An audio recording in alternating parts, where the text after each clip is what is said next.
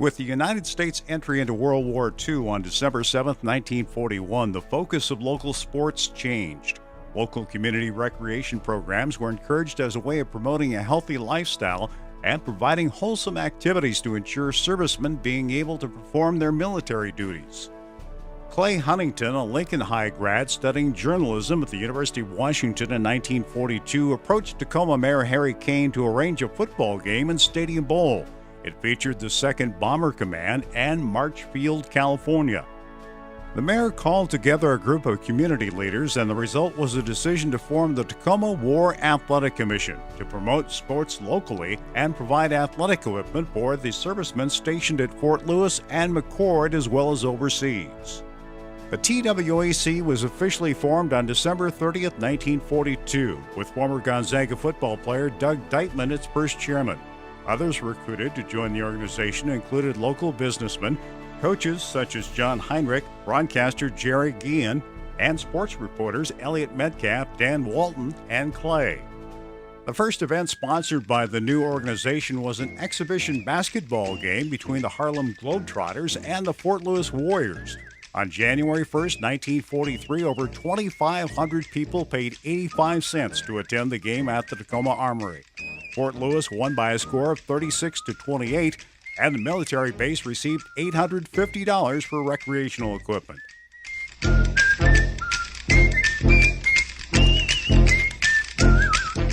There are many sports events inaugurated or sponsored by the Tacoma War Athletic Commission during the war years. While some were designed to fund athletic equipment for the military, others were geared toward efforts to assist local schools. The Grid Go Round and the Hoop Go Round were two projects introduced by the TWAC in 1943. With the end of the war, Mayor Kane announced the commission will emphasize the importance of presenting to Tacoma the best athletic contests obtainable. With that, the group removed war from the title in 1946 and continued its efforts as the Tacoma Athletic Commission. Next on the agenda was to purchase a building for the club, which would include a gaming room, a bar, and a meeting room. 1948 proved to be a very busy year for the TAC.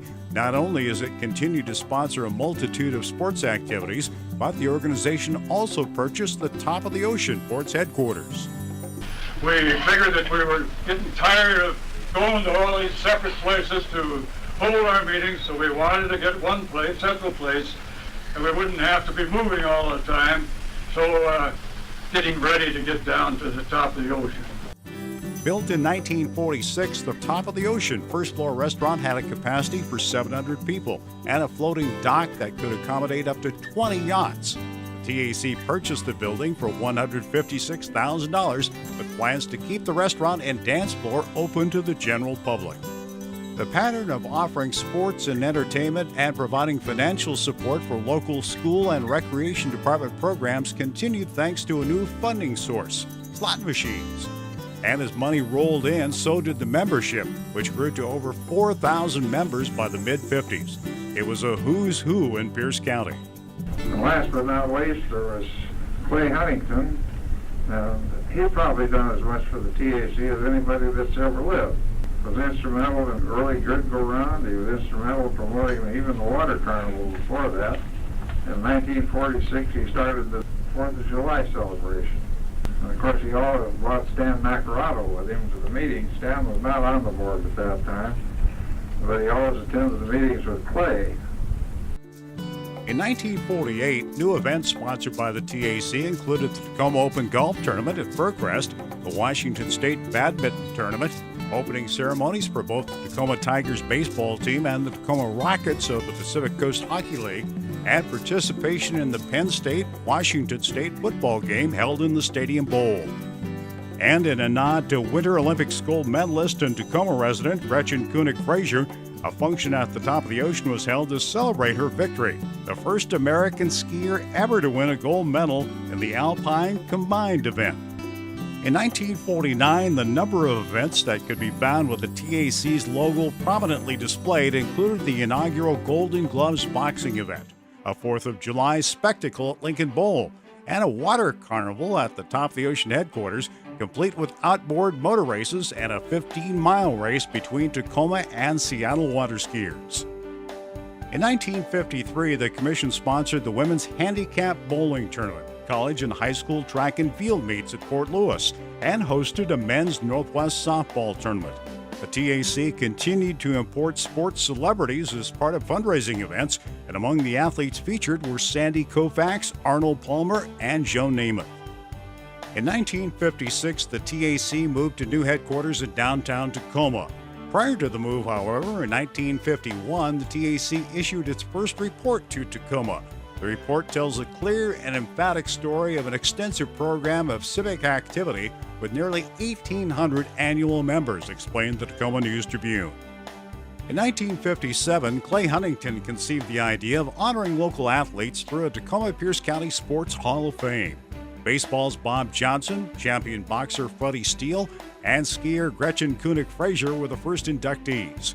Following a 33-year hiatus, the TAC resumed inductions in 2005 with a banquet of champions, and the honor roll currently totals 535 inductees and includes an impressive list of athletes, coaches, administrators, officials, and teams. In 1960, we moved on to the State Hall of Fame.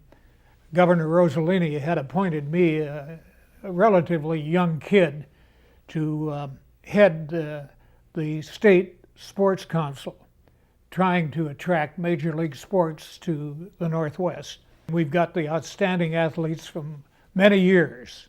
In fact, some of them we go back as far as 1900, but to me, it's always been a signal accomplishment in organizing and keeping that alive. And each year we add more outstanding athletes to the roster. The list is impressive, with 207 individuals inducted as of 2017. Talk of an indoor multi-purpose facility that could accommodate a variety of activities from sports to entertainment, trade exhibitions, and conventions first surfaced in the 1940s. Venues such as the Tacoma Armory, the 38th Street Arena, and the University of Puget Sound Fieldhouse sufficed for many years, but were outdated. In 1980, voters approved a $28 million proposal needed to construct what became the Tacoma Dome, with the hope that the multi-purpose facility would serve as a catalyst to economically revitalize downtown Tacoma. The Tacoma Athletic Commission played a major role in assuring the successful outcome.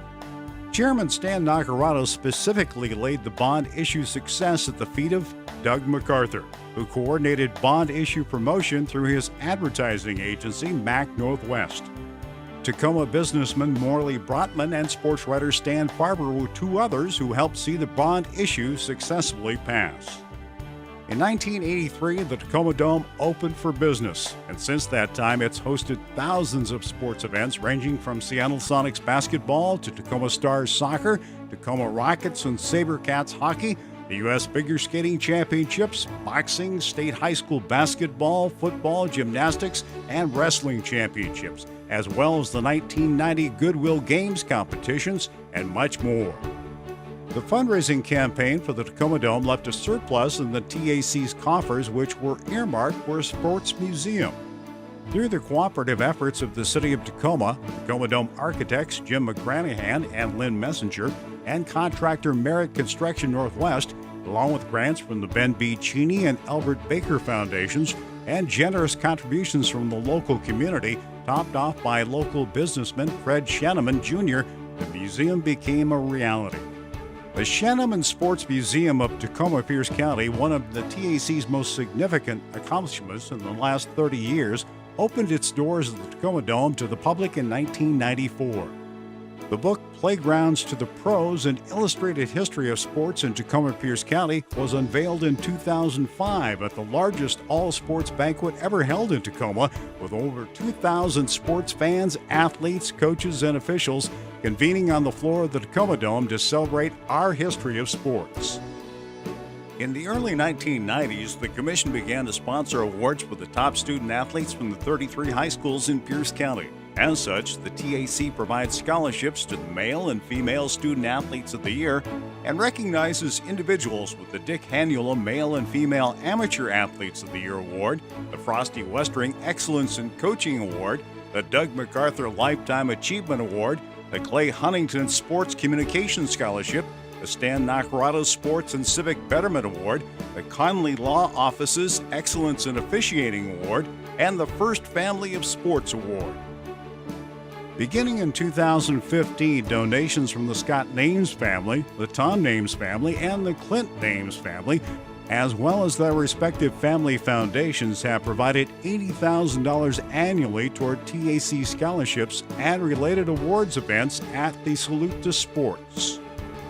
Among the many special events hosted or sponsored by the TAC since 1995 are Golden Gloves Boxing, the Tacoma Pierce County Baseball, Softball, Old Timers Banquet and Hall of Fame, the MAC Basketball Classic at UPS, financial support for the Tom Cross Ball Fields at Sprinker Recreation Center, and the Bob McGinnis Ball Field at Heidelberg Park, the Viking Track Relays, Touchdown Time, the NWAC Community College Volleyball Championships, the Clay Huntington Broadcast Center, and the Celebrity Classic Golf Tournament.